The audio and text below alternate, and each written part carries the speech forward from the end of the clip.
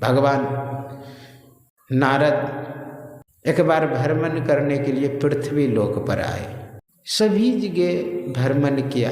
उसे आश्चर्य लगा कि सब अपने अपने धर्म को छोड़ चुका है।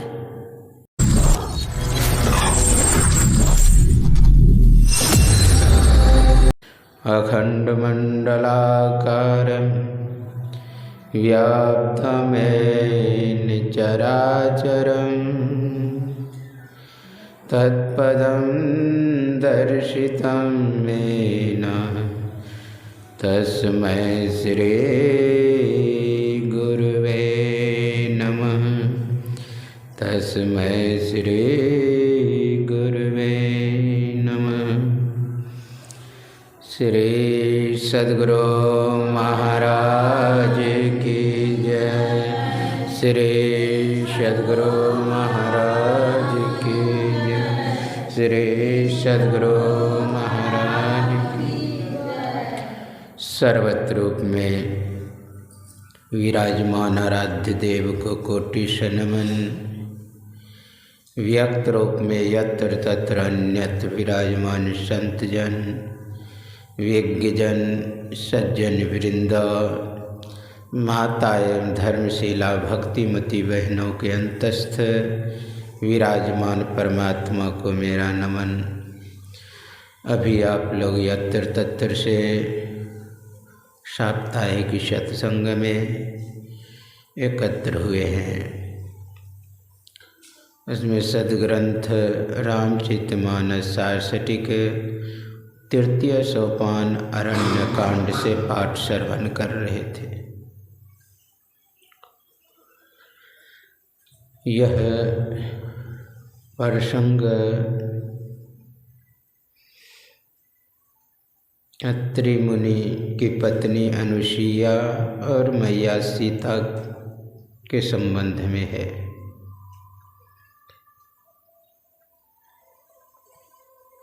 भगवान राम, एक समय की बात है, अरण्यकांड के प्रारंभ में चित्रकूट में मैया सीता बैठी हुई थी।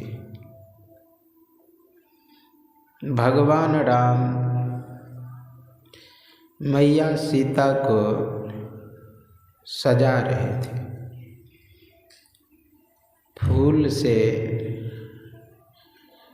गले का हार बनाए, बाजूबंद, फिर कलाई में पहनने वाले, पैरों में पहनने वाले, यानी सजा रहे थे भगवान।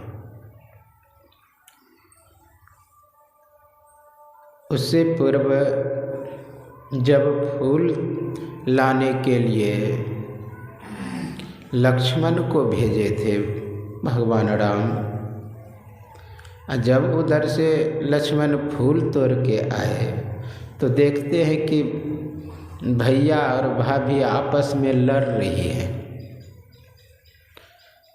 तो कहा भगवान से, भैया आप क्यों लड़ रहे हैं? कहा, देखो न लक्ष्मण, तुम्हारी भाभी कहती है कि मेरा पाँव सुंदर है, अब मैं कहता हूँ मेरा पाँव सुंदर है, तो बताओ लक्ष्मण किसका पाँव सुंदर है? लक्ष्मण तो बड़ी संकट में पड़ गए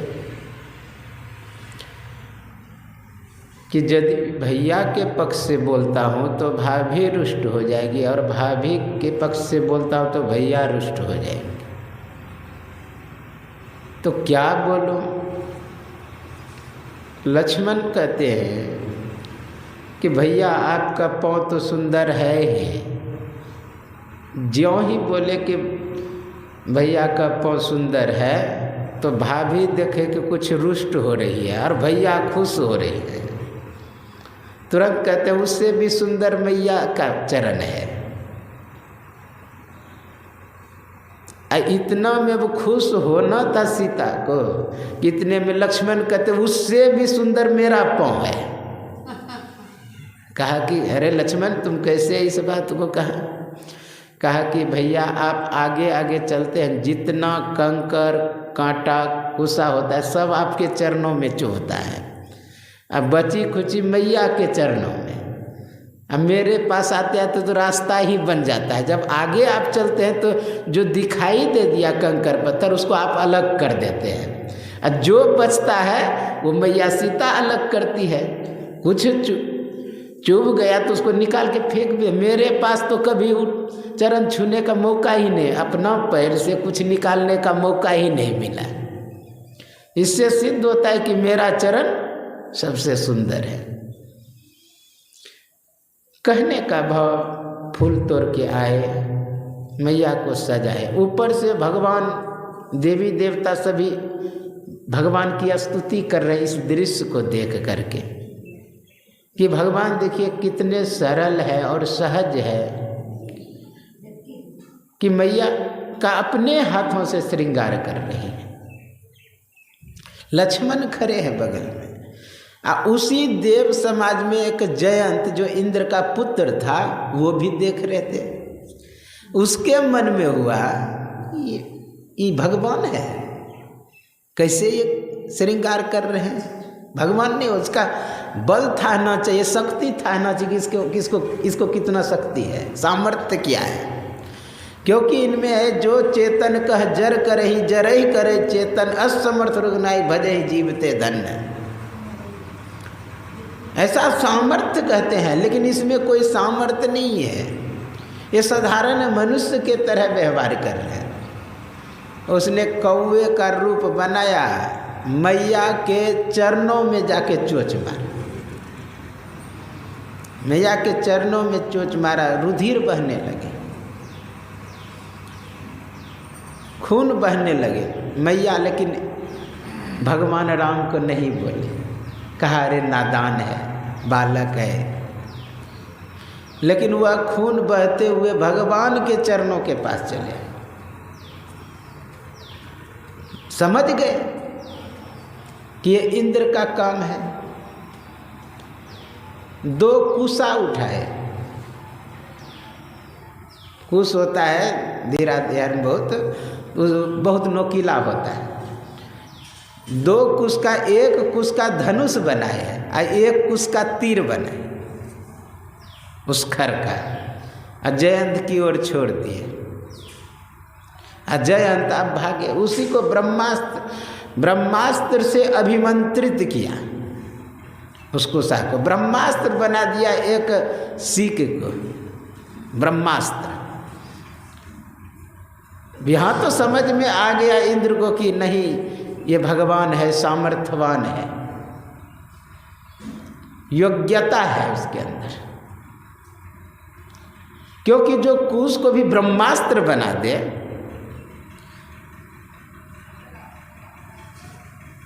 जयंत का पीछा करे, जयंत भाग रहे। भागते भागते अपने पिता के पास गया,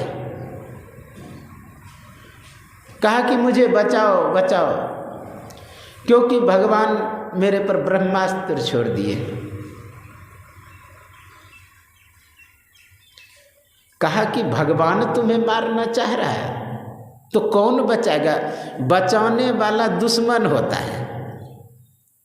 तो मैं भगवान से दुश्मनी मोल लूं?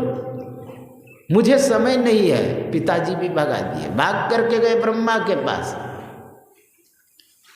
कहा हे ब्रह्मदेव मुझे बचाइए, त्राहि माम, रक्षा करो रक्षा करो।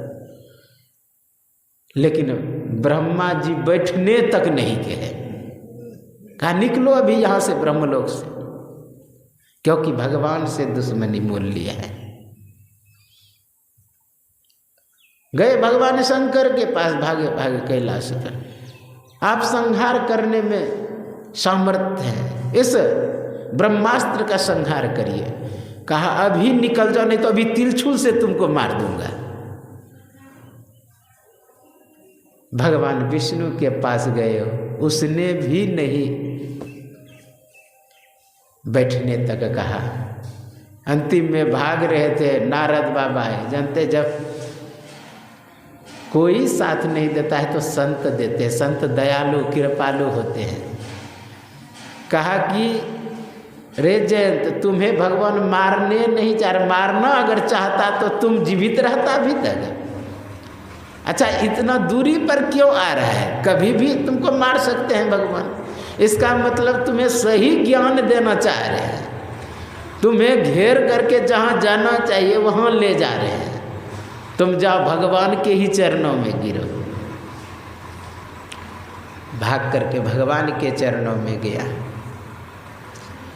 भगवान उस ब्रह्मास्त्र को एक आंख, उसी ब्रह्मास्त्र से एक आंख फोड़ करके छोड़, क्योंकि ब्रह्मास्त्र खाली नहीं जाता है। काना बना दिया एक आंख, मतलब एक दृष्टि रखो सब पर। एक दृष्टि करी समसरी, जाने जोगी कहिए सोई। जो दोनों दृष्टियों को एक करता है वह जोगी है। इसलिए एक दृष्टि, एक दृष्टि कर दिए काक को। आगे भगवान राम, लक्ष्मण, सीता चित्रकूट से आगे बढ़ते हैं। अत्रि मुनि के आश्रम पे पहुँचते हैं और अत्रि मुनि प्रार्थना करते हैं, नमामि इंद्रापतिम। इस तरह प्रार्थना करते हैं, अपने आश्रम में जगह देते, स्थान देते। वहाँ पर मैया अनुसुईया ने दिव्य वस्त्र प्रदान किया मैया सीता को, जो कभी पुराना ना हो, दिव्य वस्त्र। और अपने गोद में बैठा करके उनका जो धर्म है उस धर्म के विषय में उपदेश दिया। यह नहीं कि बोलिए श्री सद्गुरु महाराज की जय, श्री सद्गुरु महाराज की जय। तो मैया सीता को गोद में बैठा करके उपदेश दे रहे हैं, क्योंकि अनुसुईया माता बहुत योगिनी थी, साधनशीला थी, त्रय लोक के सभी बातों को जानने वाले थे, युग दृष्टा थे, भूत भविष्य और वर्तमान सभी को जानने वाले थे। तो भविष्य जानते थे कि क्या होने वाला है। जानती थी अनुसुईया कि इसका पतिव्रता धर्म भंग होगा, इसलिए पहले उपदेश कर देते हैं, मेरा जो कर्तव्य है वह समाप्त हो जाए। अगर कोई व्यक्ति अंधा है, वो सीधा चलते जा रहा है, आगे कुआं है, और कोई आँख वाला अगर न कहे तो अंधा तो वही व्यक्ति हो गया जो देखने वाला है। अनुसुईया माता सोचती अगर इसे उपदेश नहीं पतिव्रता धर्म का दूंगा तो मैं भी दोषी हो जाऊंगी, इसलिए उसे उपदेश दे रहे। वो जानती थी कि पतिव्रत धर्म भंग होने। कहाँ पर? जब मैया सीता का वनवास हुआ है तो वाल्मीकि के कुटी पर रह रही थी। उसी समय पूरे राज्य में हल्ला हुआ कि भगवान राम दूसरी विवाह करने वाले, शादी करने वाले। यह भी हल्ला हो गया था काशी नरेश की पुत्री से, लोगों में पूरा प्रचार फैल गया था। लेकिन भगवान राम इस बात को जानते ही नहीं थे। तो गुप्तचरों ने आकर के कहा, महाराज आपके विषय में ऐसा ऐसा राज्य में चर्चा चल रही है कि आप विवाह करने वाले हैं। बुलाया विद्वान सबको, ज्ञानी सबको, क्या बात है? कहा हाँ महाराज, आप राजसु यज्ञ करने वाले हैं, और राजसु यज्ञ बिना अर्धांगिनी का नहीं होता है। तो ऐसे कोई बोल दिए होंगे, तो चर्चा चल गया। कहा कि शास्त्रों में देखो कोई नियम होगा, अगर नियम नहीं है कोई दूसरा तो मैं ऐसा विवाह ही नहीं करना चाहता हूँ। और विवाह तो दूर की बात, यज्ञ ही नहीं करना चाहता, राजसु यज्ञ नहीं करना चाहता हूँ अगर नियम नहीं है तो। जब शास्त्रों में उल्टाया तो नियम निकला कि ब्राह्मण के लिए कुशा का मूर्त बना करके पत्नी का बगल में रखे, क्षत्रिय के लिए सोने का, वैश्य के लिए चांदी का, अन्य आदमी के लिए लकड़ी का, सामर्थ्य के अनुसार। तो आप जानते हो वही बात जब सीता के पास गए, सीता के मुंह से केवल यही शब्द निकल गया कि उसे ऐसा नहीं करना चाहिए, यानी शादी का जब चर्चा चले तो शादी नहीं करना चाहिए उसको। यही बात जो मुंह से निकले, जाके वाल्मीकि के पास कहा महाराज ऐसा ऐसा मन में, कहा तुम्हारा पतिव्रत धर्म भंग हो गया है। तो उसका प्रायश्चित बताया है वाल्मीकि रामायण में, बहुत सुंदर व्याख्या प्रायश्चित। कमल फूल कितना ला ला करके पूजा करते हैं, लव कुश लाते हैं फूल को। तो कहने का भाव पतिव्रत धर्म भंग होने वाला था, इसलिए पहले उपदेश दिए, मातु पिता भ्राता हितकारी, मीत प्रद सब सुनु राजकुमारी। सभी का अपना अपना धर्म होता है, इसलिए यह स्त्रियों के धर्म के विषय में कहा जा रहा है। आप जानते हैं आँख का धर्म है, कान का धर्म है, नासिका का धर्म है, जिह्वा का धर्म है, ब्राह्मण का धर्म है, क्षत्रिय का धर्म है, वैश्य का धर्म, यानी सभी को अपना अपना धर्म है। धैर्यते इति धर्म है, जो धारण करने योग्य है। न्याय दर्शन ने बहुत सुंदर कहा, वेद अनुकूल नियम धर्म, और धर्म के लक्षण 10 वेद में बताया है। उसको जो धृति सोच, यह सब धर्म के लक्षण। वेद प्रतिकूल नियम अधर्म, वेद के जो प्रतिकूल है वह अधर्म है। आँख का धर्म अगर सुनना है, यह अगर आँख का धर्म अगर देखना है, ये अगर सुनना शुरू कर दे तो दूसरा ही सुन लेगा। कान का धर्म है सुनना, वो देखना शुरू कर दे तो कुछ और देखने लगेंगे, ये दूसरे के धर्म को धारण करने लगेंगे। अपने अपने धर्म का पालन करना चाहिए। भगवान नारद एक बार भ्रमण करने के लिए पृथ्वी लोक पर आए, सभी जगह भ्रमण किया। उसे आश्चर्य लगा कि सब अपने अपने धर्म को छोड़ चुका है। ब्राह्मण का जो कर्तव्य कर्म है, विधि है, सिस्टम, तंत्र, व्यवस्था है, उस व्यवस्था से सब हट गए हैं। उनका त्रिकाल संध्या करना कर्तव्य कर्म है, पूजा पाठ करना कर्तव्य कर्म है, दूसरों को उपदेश देना कर्तव्य कर्म है। सभी अपने अपने धर्म से हट गए हैं। अनेक तीर्थों पे भ्रमण किया, लेकिन सभी तीर्थों पर भी पुजारी पंडा सब अपने अपने धर्म से विचलित हो गए हैं। भगवान कृष्ण का वही कहना, यदा यदा ही धर्मस्य ग्लानिर्भवति भारत अभ्युत्थानम धर्मस्य तदात्मानं सृजामि परित्राणाय साधूनां विनाशाय च दुष्कृतां धर्म संस्थापनार्थाय संभवामि युगे युगे। सभी लोगों को अपने धर्म का पालन करना चाहिए।